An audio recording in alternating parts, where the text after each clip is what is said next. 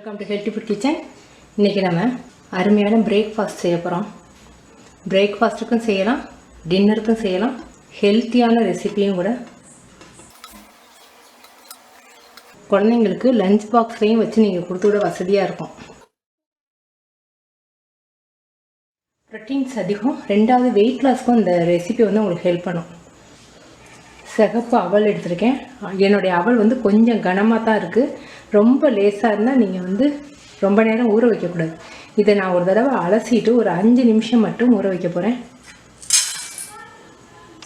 150 gram எடுத்திருக்கேன். ஒரு தடவை அலசிட்டேன். இப்போ தண்ணி வந்து கரெக்டான அளவு, அதாவது மூழ்கிற அளவுக்கு ஊற்றி நீங்கள் ஊற வச்சிங்கன்னா போதும். ரொம்ப தண்ணி ஊற்றி ஊற வச்சிங்கன்னா நொசன்னு போயிடும். இது வந்து உதிரியாக இருக்கணும். 2 ஸ்பூன் ஆயில் சேர்த்துருக்கேன். ஒரு அன்னாச்சி பூ, பட்டை கொஞ்சம், ஒரு பிரியாணி லீஃப். இதில் ஒரு 4 பூண்டு மட்டும் நறுக்கி வச்சுருக்கேன். சின்ன வெங்காயம் ஒரு 6 வெங்காயத்தை நைஸாக நறுக்கி வச்சுருக்கேன். உங்கள்கிட்ட சின்ன வெங்காயம் இல்லைன்னா நீங்கள் பெரிய வெங்காயம் சேர்த்துக்கலாம். கேரட் 1 கப், பீன்ஸ் 1 கப், தேவையான அளவுக்கு உப்பு, முட்டைக்கோஸ் 1 கப். இதில் முளைக்கட்டின பாசி பயறு,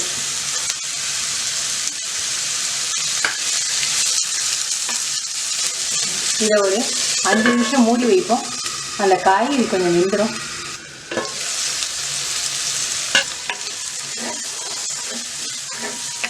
இதில் உங்கள் காரத்துக்கு தேவையான அளவுக்கு பெப்பர்,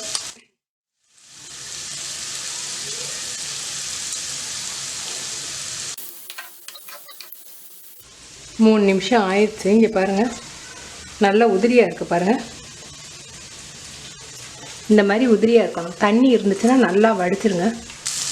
காய்கறி முழுசாக வேகணுங்கிறது இல்லை, அரை வேக்காடு இருந்தால் தான் அதுக்கு நல்லாயிருக்கும். சோயா சாஸ் வந்து ஒரு 1/4 ஸ்பூன் அளவுக்கு, டொமேட்டோ சாஸ் 1 ஸ்பூன். இப்போ இதில் அவலை சேர்த்துரும். நான் அவல் வந்து தண்ணியை நல்லா வடிச்சிட்டு வச்சுருக்கேன். இப்படி உதிரியாக இருக்கணும் அவல், அப்போ தான் நல்லாயிருக்கும். ஒரு வெரைட்டி ரைஸ் மாதிரி ரொம்ப டேஸ்டியாக ரொம்ப நல்லாயிருக்கும். நீங்கள் செஞ்சு பார்த்துட்டு உங்கள் கமெண்ட்ஸ் எனக்கு சொல்லுங்கள். தேங்க்யூ.